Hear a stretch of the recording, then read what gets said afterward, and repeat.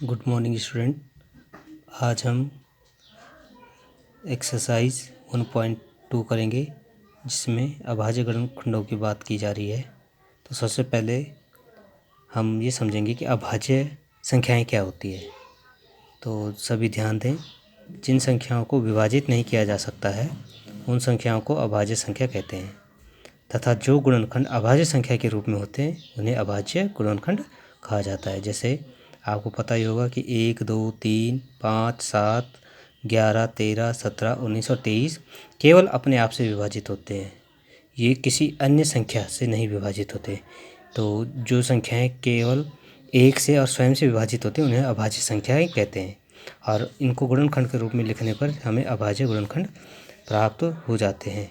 तो जैसे हम यहाँ पे एक प्रश्न के उदाहरण के रूप में एक प्रश्न लेते हैं कि निम्न जिस संख्याएं यहाँ आप देख रहे होंगे इनके गुणनखंड हमें अभाज्य गुणनखंडों के रूप में इनके गुणनफल हमने व्यक्त करने हैं। तो सबसे पहले हम 8 को ले लेते हैं।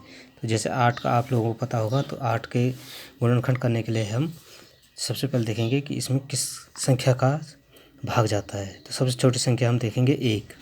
तो 1 से तो जाएगा ही, सभी संख्याओं में जाता है। उससे आगे बढ़ेंगे तो क्या होगा, 2। तो 2 का भाग देंगे।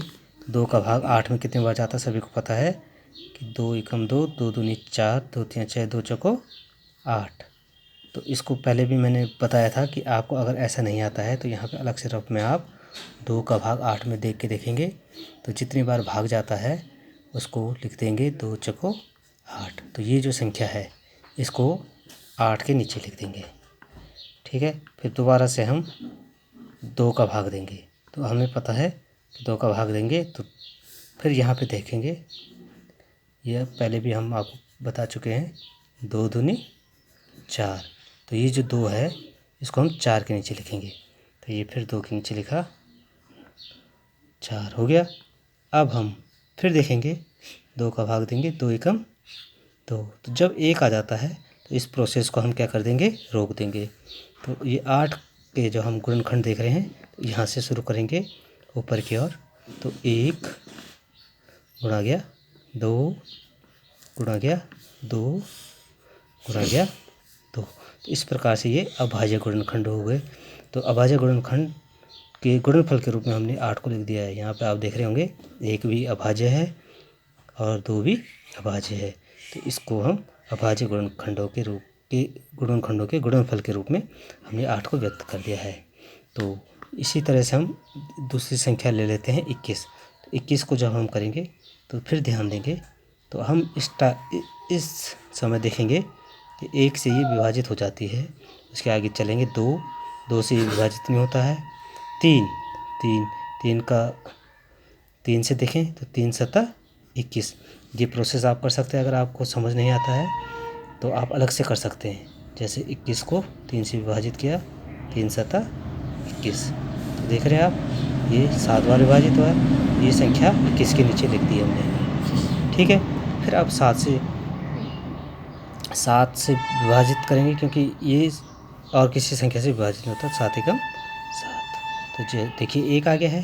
तो इस प्रकार से हम लिखेंगे 21 को क्या लिख देंगे, हम ये लिख देंगे 1 गुणा गया 7 गुणा गया 3। तो ये हो गया आंसर, ठीक है। और ये यहाँ पे जब भी आप यहाँ पे काम करते हैं यहाँ पे लिखेंगे रफ, और रफ काम के लिए है ये, ठीक है। इसको आप कहीं और जगह, यहाँ पे तो सामने लिख रहा हूँ मैं, लेकिन आप इसको कहीं और जगह करेंगे, आप फेयर कॉपी में नहीं करेंगे इसको।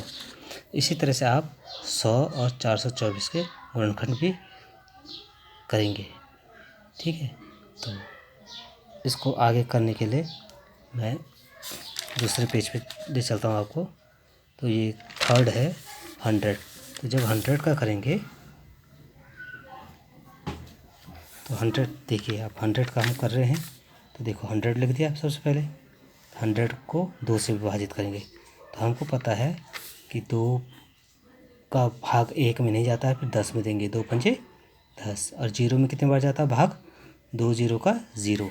फिर वैसे ही अगर किसी को समझ नहीं आ रहा है तो इसी तरह से 100 अलग लिख के 2 पंजे 10, ये 0 उतरा, 2 0 का 0। तो ये ध्यान देंगे जितनी बार भाग जाता है उसे लिख दिया है 100 के नीचे।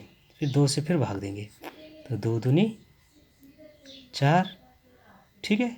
देखिए दोबारा देखेंगे, 2 का भाग हम 50 में दे रहे हैं, तो 2 दूनी 4, बचा 1, उतरा 0, तो 2 पंजे 10। कितनी बार भाग दिया? 25 बार। 25 बार कट चुका है ये, तो इसको हम 50 के नीचे लिख देंगे।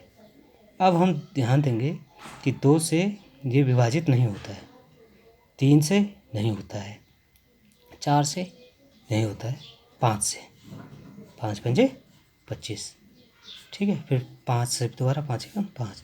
तो इस प्रकार से हमने देखा कि जो 100 के गुणनखंड है 1 गुणा गया 5 गुणा गया 5 गुणा गया 2 गुणा गया 2, इस तरह से हम इसको लिख सकते हैं, ठीक है। तो इस चीज़ का आप ध्यान रखेंगे कि जो विभाज्यता नियम है, विभाज्यता नियम आपको ध्यान रखने चाहिए कि कौन सी संख्या 100 से विभाजित हो सकती है, कौन सी 3 से, कौन सी 4 से, कौन सी 5 से, कौन सी 6 से होती है, कौन सी 7 से, कौन सी 8 से, 9 से, 10 से। तो इस प्रकार से अगर आपको विभाज्यता नियम याद हैं तो आसानी से ये आप किसी भी संख्या को काट सकते हैं। जैसे हमको पता है कि अगर किसी संख्या के अंत में 2, 4, 6, 8, 10 0 आता है तो उसको हम 2 से काट सकते हैं, ठीक है। किसी संख्या को काटने के लिए विभाज्यता नियम हमेशा ध्यान रखने हैं। तो अब हम एक्सरसाइज पे आते हैं। तो सबसे पहले एक्सरसाइज जो है आपको, जैसे कि 1.2 में पहला प्रश्न है 140 के आपको अभाज्य गुणनखंड करने हैं, ठीक है। तो अभाज्य गुणनखंड करने हैं, तो अभाज्य गुणनखंड के गुणनफल के रूप में इसको लिखना है।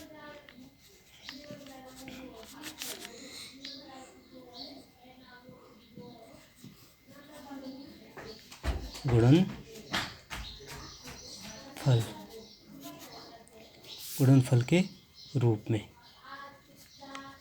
तो देखेंगे 140 हमने लिख दिया है। 140 को जैसे हम सबसे पहले 2 से विभाजित करेंगे, क्योंकि लास्ट में 0 है तो 2 से विभाजित हो सकता है। 2 सत्ते 14, फिर 0, अब फिर 0 है तो इसका मतलब 2 से विभाजित होगा, तो 2 3 6, 2 पंजे 10। फिर आप देंगे, अगर नहीं आ रहा है तो इसी तरह से आप जैसे पहले हमने भाग दिया है ऐसे भाग कर सकते हैं, ठीक है। अब यहाँ लास्ट में 5 है, इसका मतलब ये 5 से विभाजित हो सकता है। 5 और 3 ये जोड़ 8 हो रहा है, तो 3 से नहीं होगा ये विभाजित, क्योंकि हमें पता है कि कोई भी संख्या 3 से तभी विभाजित होगी जब उनकी संख्याओं का योग 3 से विभाजित होगा। यहाँ पे 5 से विभाजित हो रहा है, 5 सत्ते 35। तो अब देखिए ये आपका 1 बच गया, तो ये हो गया 140 का गुणनखंड 1 गुणा गया 2 गुणा गया 2 गुणा गया 5 गुणा गया 7। ये 1 हमेशा ज़रूर लिखना है, क्योंकि हम जब आगे चल के ये HCF और LCM निकालेंगे तो वहाँ पे इनकी ज़रूरत पड़ सकती है। तो ये हो गया 140 का गुणनखंड। तो इसी प्रकार से अन्य क्वेश्चन हम करेंगे, तो इसके लिए हम नेक्स्ट वीडियो आपको बताएंगे। धन्यवाद।